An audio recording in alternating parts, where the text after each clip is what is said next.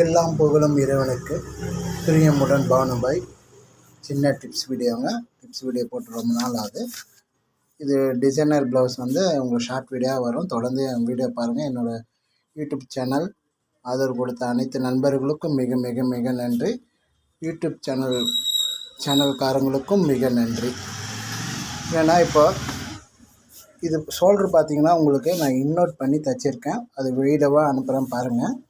இந்த இன்னோட் பண்ணி தைக்கிறதுனால என்ன ஆகுனா ஷோல்ட்ரு உங்களுக்கு ப்ளவுஸ் போடும்போது இந்த மாதிரி தூக்கின்னு இருக்காது.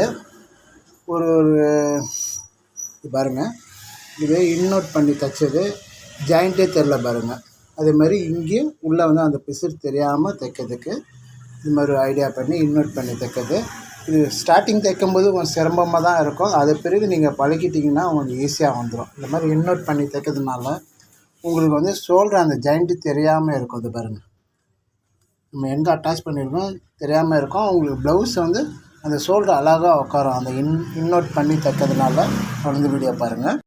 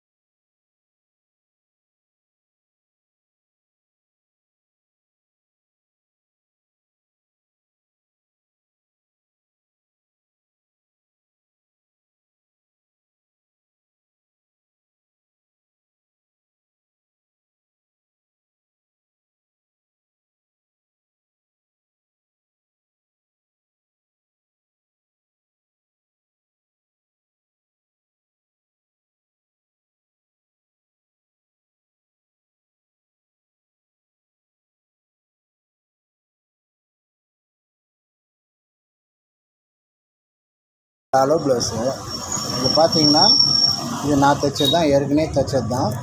இப்போ என்னென்னா இது இன்னோட் சொன்னேன் இல்லையா, இது இன்னோட் பண்ணி தைச்சு லேஸ் வைக்கிறோம் இல்லையா. இப்போ நம்ம இந்த மாதிரி ஃபார்முலாவில் இன்னோட் பண்ணி தைச்சோன்னா நம்ம இந்த மாதிரி லேஸ் வைக்கிறோம் பார்த்தீங்களா. அந்த லேஸ் வைக்கும்போது இந்த இடம் ரஃப்பாக இருக்கும், தடியாக இருக்கும். உங்களுக்கு மேலே மேலே உங்களுக்கு அந்த லேஸ் வைக்கிறதுக்கு ரொம்ப சிரமமாக இருக்கும். அது இன்னோட் பண்ணி நம்ம இந்த லேஸ் வச்சோன்னு வச்சிங்களேன், அந்த ஷோல்ட்ரு மிக சிறப்பாக இருக்கும். என்னென்னா உங்களுக்கு ஷோல்ட்ரு இறங்காது, கரெக்டான அந்த வடிவம் ஷோல்ட்ரு கரெக்டாக உட்காரும் உங்களுக்கு ப்ளவுஸில். மெயின் பார்த்திங்கன்னா ஷோல்ட்ரு இறங்கக்கூடாது. ஷோல்ட்ரு எந்த அளவு ஃபினிஷிங்காக இருக்கோ ப்ளவுஸ் நல்லா ஃபினிஷிங்காக தெரியும்.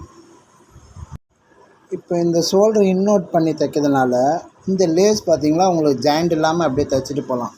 பேக்லேருந்து ஃப்ரண்ட்லேருந்து அப்படியே நீங்கள் ஜாயிண்ட் இல்லாமல் தைச்சிட்டு போகலாம்.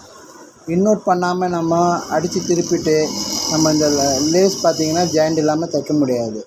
அதனால் இன்னோட் பண்ணி நம்ம தைக்கிறதுனால இந்த லேஸும் ஃபினிஷிங்காக உட்காரும் ஷோல்டரில்.